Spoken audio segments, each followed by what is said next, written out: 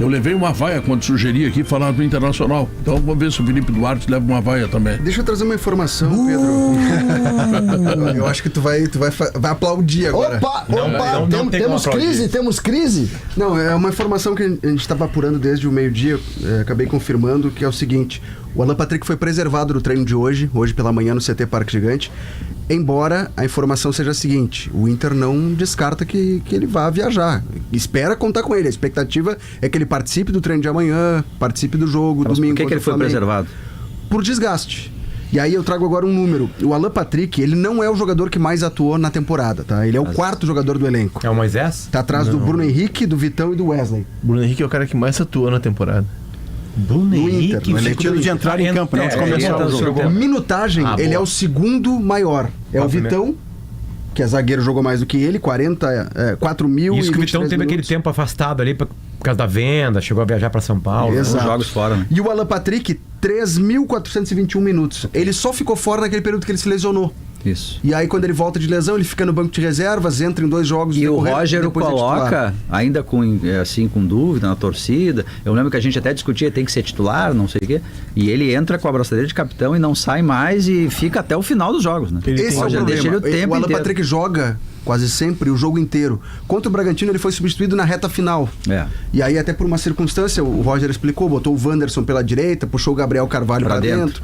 Porque o Alan Patrick já não estava mais, mas mostra a importância dele pro time.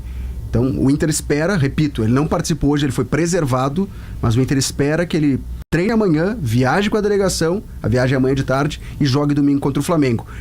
Ocorreu um imprevisto, não se recuperou, não vai jogar.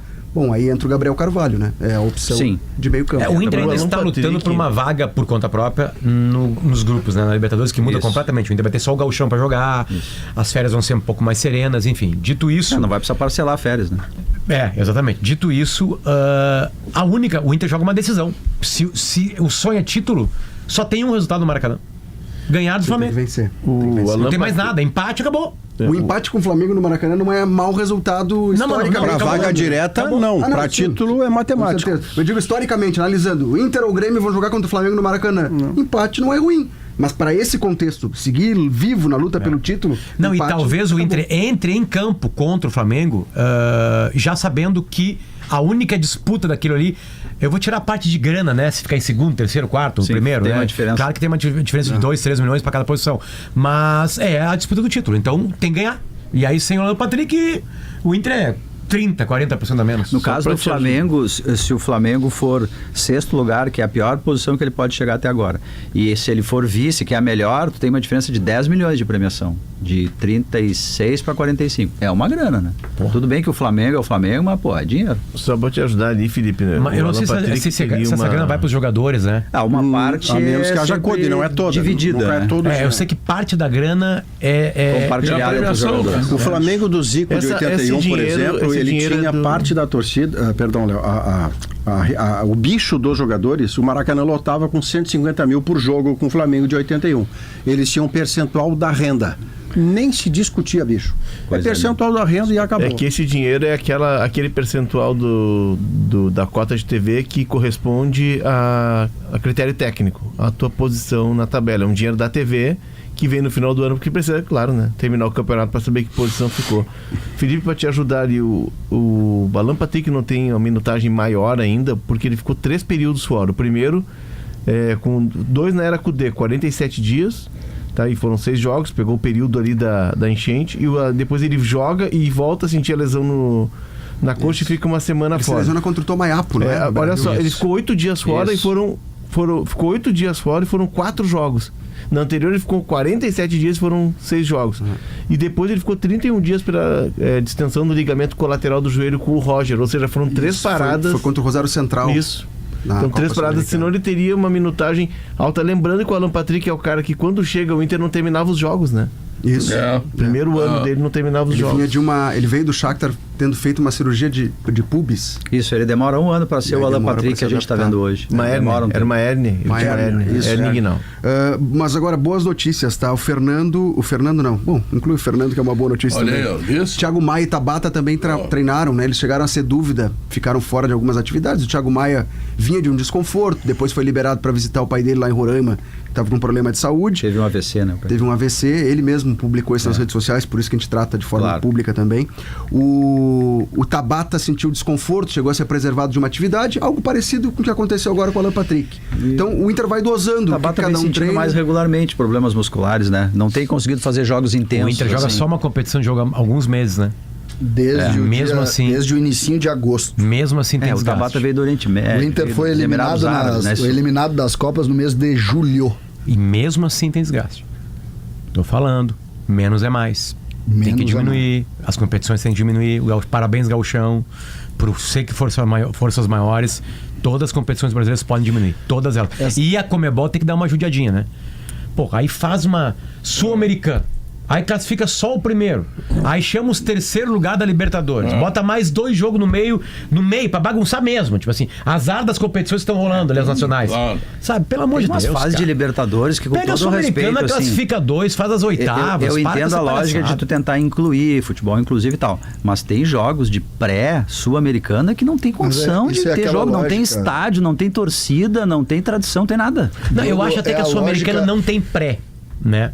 Ela não tem pré. Não tem. Digo esses primeiros jogos, assim, sabe? Tem a primeira fase. Paraguai, por exemplo, os países menores têm uma pré-interna deles. Sobre o Inter ainda, deixa eu trazer um outro tema, Pedro, que é importante. E aí que eu já quero convocar o Leonardo Oliveira para me ajudar nessa explicação. Ele está muito por dentro desse assunto. A gente tem trocado algumas figurinhas, informações.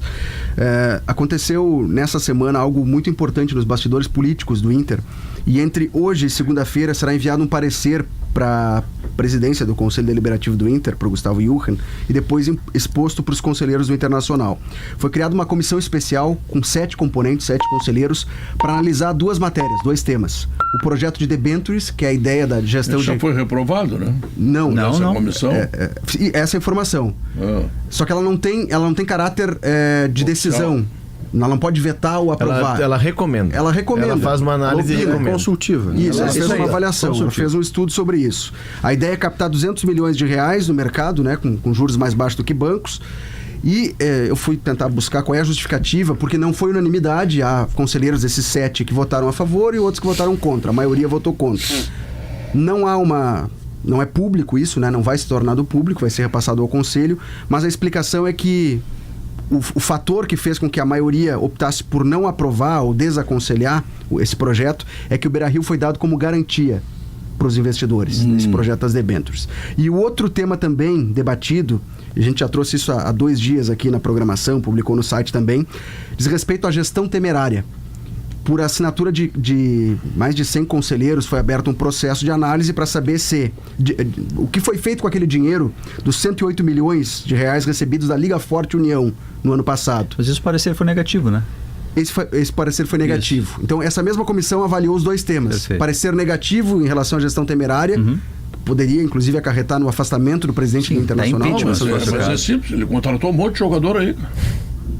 E aí a outra questão é esse projeto de debêntures que eles desaconselham a sequência do projeto. Deixa eu dizer um negócio, eu sou conselheiro nessa mesma condição do Inter, do Grêmio, do Celupa ou do Safurfa, e a garantia que eu darei no projeto debêntures e a minha casa, eu também não aprovo. O que me foi dito... A casa não. Eu não compro debêntures. A casa não. Aí o Inter não pagou, o que eu faço com o Beira-Rio? A questão é a seguinte, só para aprofundar o que o Felipe já trouxe ali. O que foi dito por alguém, Maurício, lá do Círculo, é o seguinte: hoje o Inter paga CDI mais 13% a 14% de juros. O plano com debêntures é trocar essas dívidas que são de curto prazo com juro alto por uma dívida de 6% mais CDI. Como ideia tá perfeito. Me escreveu no Instagram um cara que é empresário, desculpa, eu não achei a mensagem dele, senão daria o crédito e disse, olha, essa taxa que o Inter está oferecendo, ela não é atrativa no mercado, vai ter dificuldades. Mas enfim, esse é um outro ponto que a gente teria que buscar especialistas para o passo 2. O que seriam as garantias? A receita de quadro social, bilheteria e algo de publicidade, me disse essa pessoa lá de dentro do Inter. Por aí e você depois, negocia, a casa não. E depois, como uma garantia secundária, foi o termo que foi usado, o Beira-Rio. O ponto é, o São Paulo fez isso. O São Paulo colocou como garantia, só que o São Paulo fez um fundo de investimento, o FIDC. Não consigo desdobrar a sigla completa agora, porque eu não me lembro, eu não sou especialista em finanças, mas eu li sobre o do São Paulo. São Paulo colocou como garantia as receitas de TV. E isso o Inter não. Isso nós não colocaremos porque é a nossa principal fonte de receita. Só que nesse projeto de debêntures, assim como o São Paulo fez, tu tem que atender algumas premissas de gestão. Tu tem obrigações a cumprir e os teus investidores vão acompanhar isso. Perfeito, até transparência. Controle de gasto, investimentos, pagamento de dívida, equacionamento das dívidas num período determinado, porque o cara tá botando dinheiro no teu clube e tu tem que dar retorno pro cara. Eu tô gastando com isso, e não tô atropelando as coisas. Quais são os problemas que eu vejo? Tu quer completar, Léo? Não foi isso.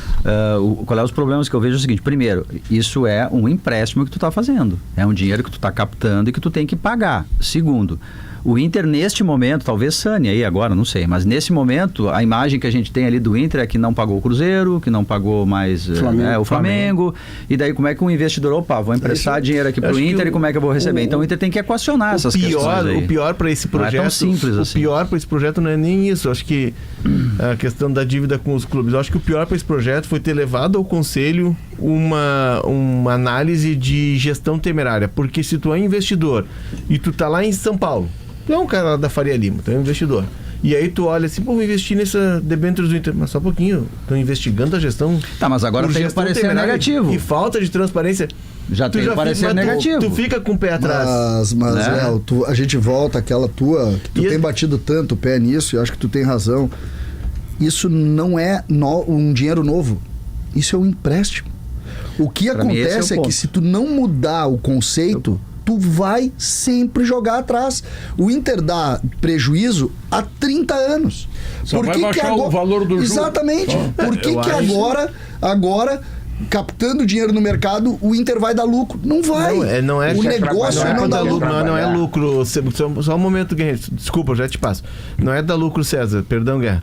Não é dar lucro. Temos 2 minutos. É tu pegar o dinheiro do investidor e dizer para ele, vou te devolver em X período de tempo com essa correção. E tu chegar pro teu banco e dizer, cara, eu consegui uma taxa de juros menor e eu tô pagando o que eu devo para ti aqui e tu não vai mais comer na mesa comigo. Tu troca a dívida com juro maior e de curto prazo, alongando a tua dívida por um juro menor. Vai lá, Guerra, desculpa, eu te atropelei. Isso é a mesma coisa que tu trabalhar com a Jota.